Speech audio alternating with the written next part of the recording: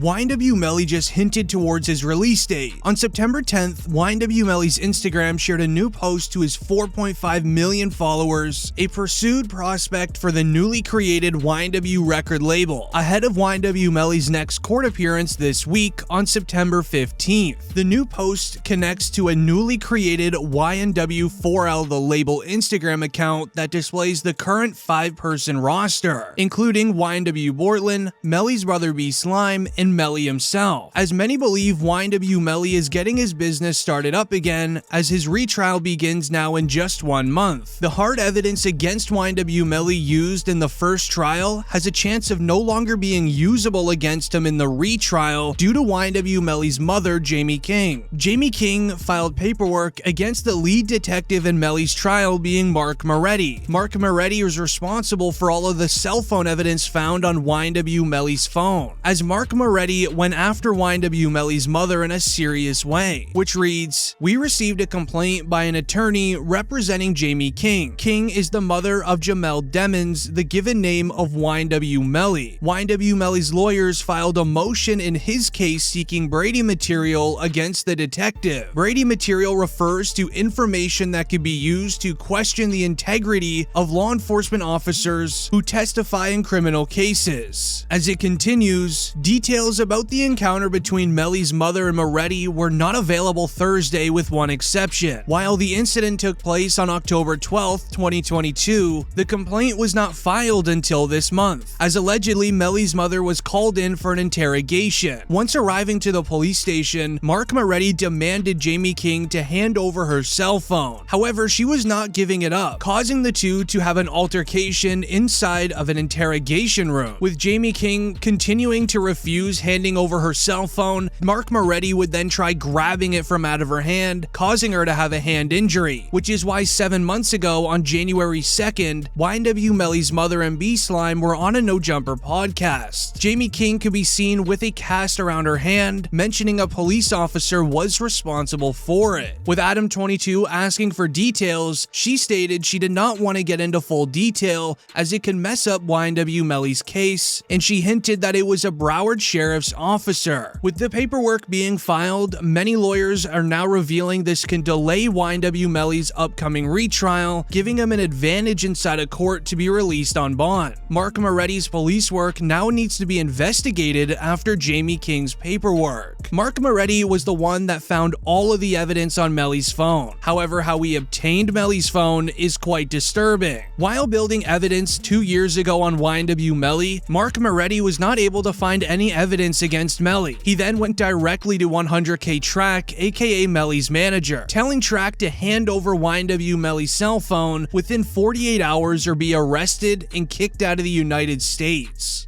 You, as a trained investigator, Jameson Francois to be deported to Haiti, even though he's been in this country since 5 years. Yes, sir. Did you, in fact, that he would not get fed and get any medicine in the jails? I don't know about that in the conversations. Do you think a witness who tells you something that you don't like really gets to the truth? Objection or irrelevant. Sustain. When you questioned Jameson Francois, were you alone or did you bring immigration officers with you? We were at the Chrome Detention Center, so of course the immigration officer. As that's even YNW Melly's lawyer yelling at Mark Moretti on the stand for the most questionable police work that he's ever seen. Now, why this is so important is because without 100K Track giving Mark Moretti Melly's cell phone, Melly most likely would have beat his case. The cell phone contains 92% of evidence against YNW Melly according to lawyers, as on YNW Melly's cell phone was not only the tracking device tracking where his steps were, but also was this text message that YNW Melly had with his girlfriend. Moving on to Friday, November 9th, 2029, 20 UTC, 2018. Message from Melly, Montana to, again, that baby. What does that one say? You don't with me anyways. I peeped it. You can slide, but God knows I wasn't in her and real breaking. You spoiled everything was given to you. You act like a some slide. I keep Orton with cuz at the. Not to mention the text message that YNW Melly had of him literally admitting to doing the crime. The PC Gambino account asked him if he was okay, and his response was, "I did that," and placed a smiley face emoji. And the next message from 10/26/2018 at 16:02 from Eastern Standard Time. The YNW Melly account says what? After that, SHHHH. And could you please stand and point on the right side of the screen exactly which part you're saying where the YNW Melly account says, "I did that"? I did that. This is the thread ID. This is the text. This is the author. And this is the recipient.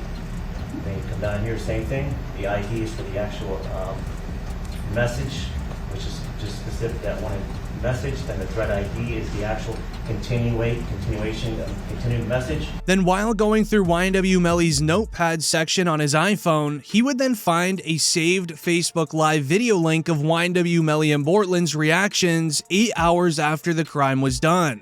You see him?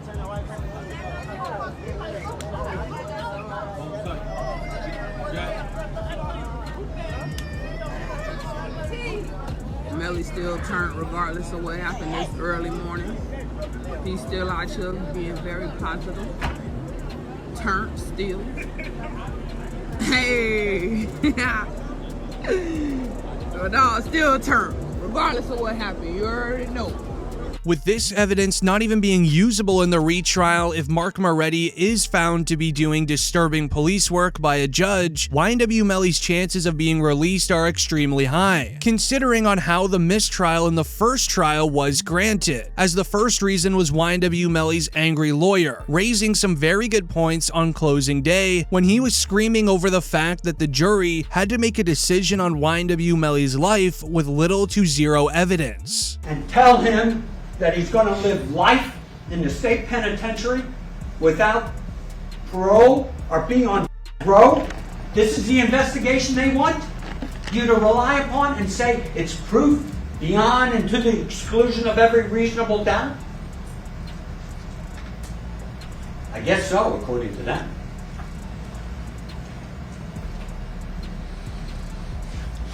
As his lawyer would continue on being angry inside of the courtroom on closing day. His next argument was perfect, and it covers the grounds of the original crime was, quote, a drive-by, yet the police never even looked at the surrounding stores and banks that had surveillance cameras on the outside. Those surveillance cameras caught the streets that the drive-by allegedly happened on. So if the police investigated the videotapes, they would have saw the license plates driving at the specific time that the drive-by occurred on, but they never even chose to do so. That he doesn't go to the on Miramar Parkway to check their surveillance tape. He doesn't go to Applebee's to check their surveillance tape. He doesn't go to Polo Tropical or the gas station or the bank on Miramar Parkway to check their surveillance tapes. When the car's on 184th Avenue, he doesn't go to the fire station to check their tapes, surveillance tapes. Doesn't go back to the two elementary schools, Sunset Lakes and West Broward Elementary, to check their surveillance tape because he knows it all. He knows it. How do you know it if you don't check? As this goes on to prove that there was very sloppy police work and just zero overall effort inside of this case. When you pair this alongside an amazing testimony by YNW Melly's 6th grade best friend that revealed that Melly wasn't even at the crime scene when it occurred. Are you 100% sure that Melly got into the red Mitsubishi to go home? Yes. Are you 100% sure that this young man learned of his friends at the exact same time you learned of it? Yes. And that was at the house? Yes. Are you 100% sure that when people were getting on the phone that this young man was looking for his phone to call people. Yes.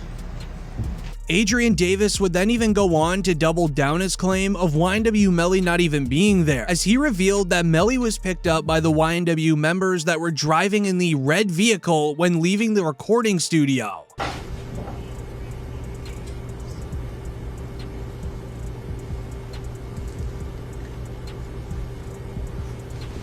Excuse me, you're able to see?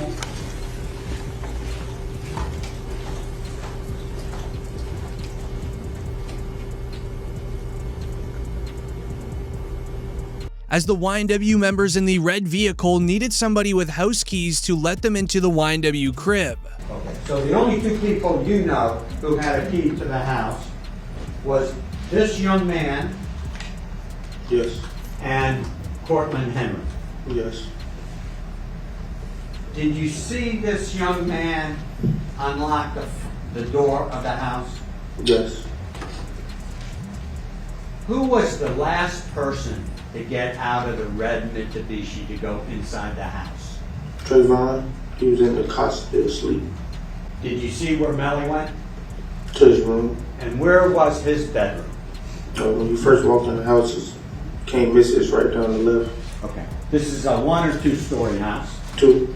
Adrian Davis then also claims that he saw YNW Melly walk to the front door, open the door, and go straight to his bedroom to go to sleep. He then remembers that while sleeping for roughly an hour or two, members in the house would begin screaming, yelling for everyone to wake up as they were just learning what happened to Sack Chaser and Juvie. Did there come a time in the early morning hours that you were woken up and heard some distressing news? Yes. What did you hear? That second Julie was shot. When you heard that, did you see Melly in the house? Yes. Did you see Melly how he was dressed in the house? Yes. What was he wearing? Shorts and a t-shirt, I think. As all of this together gives YNW Melly an alibi and also proves that he wasn't there. The only argument is, was Adrian Davis telling the truth, as the families of Sack Chaser and Juvie don't believe he is, calling him out on Facebook for being a liar. However, when you mix in the positives for YNW Melly alongside Mark Moretti's evidence having a chance of not being usable, YNW Melly is sitting in a great spot. As during the first Melly trial, Mark Moretti and the families of Sack Chaser and Juvie know if you want to get the worst out of Melly, then mess with Melly's mother, Jamie King. However, Mark Moretti did it in a completely wrong way, as mentioned earlier. When you mix in what Jamie King went through during the first Melly trial alongside with what Mark Moretti did to her, the judge is going to be looking in favor of Jamie King. As during Melly's first trial, YNW Juvie's sister reached out to Melly's mother on social media. What's been going on in the courtroom? Well, Anjanette, it's been a very interesting morning. It did start off earlier with the defense bringing up an issue. Apparently, Juvie's sister posted on, I guess, one of the social media outlets, and she said that she was going to Jamie King, and so that caused a big, issue in the courtroom. It wasn't anything that we got on tape, but it did happen this morning. It was on the record, and she has a bodyguard now, so that was one of the first issues that the court dealt with this morning. And it was interesting because the judge did basically say, if you needed more security, I can get it for you. Ultimately, it was determined that the security she had, the bodyguard, was going to be enough. So now, shout out to Reddit, because we had to do some digging to find the sister. Now, this is the sister, Ashley Monique. And let me show you the post that she had posted on Facebook, because, honey, it was quite the stir. So she posted this screenshot from Jamie King, YNW Melly's mother, and she said, "Pest control, who called about?" Now, that was in regards to a post made by Trayvon Glass on his Instagram page, where he basically said that he's not worried about anything, and if he's come him. So in a nutshell, Melly's mom is calling Trayvon Glass a, and Monique replied back and says, "A is when you do something wrong and not take responsibility and then go and set somebody up because you're scared to lay down. She goes on to say that's not the case here. Fetty was Juvie's friend, not Melly. He was only around because Juvie brought him. Now in the comments, somebody says she better find something safe to do. Another person replied back and says, very well said. Another person tagged Jamie, and somebody else said, come get. Now Ashley was in the comments and says, she even has a bodyguard, child. Another person replied and says, yeah, she need one because she's talking like she's 200 pounds and she ain't even pushing 100. Now somebody else posted this and says, she's gonna need them because she in the wrong city talking. Now, I think that when Melly's defense attorneys found this, they submitted it over to the judge and basically was like, Juvie's sister's out here Melly's mom. Now, the judge did state that if Melly's mom needed security, he would issue her security, and then he found out that she had a bodyguard, and that would be sufficient enough. As this definitely affected YNW Melly during his trial, making him extremely concerned. Melly was even seen the following day asking his mother if she's okay.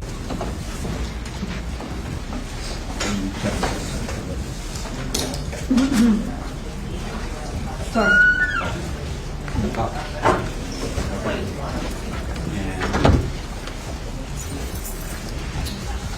You'll just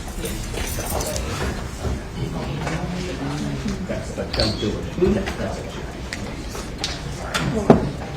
As once doing so, Melly's lawyers then put a request in for Jamie King to have 24/7 security inside of the courtroom. As once it was accepted, Melly was seen looking relieved.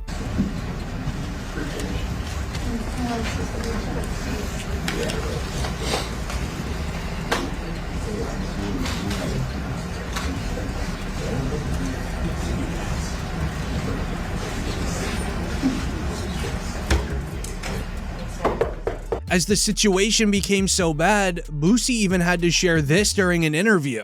Okay, so then I met his mama while he was in. Oh, okay. I met his mom while he was in, and she real, bro. You know, she real. She's stressed out. I heard she had a. Yeah, she real, and I reached my hand out to him, cause I'm real.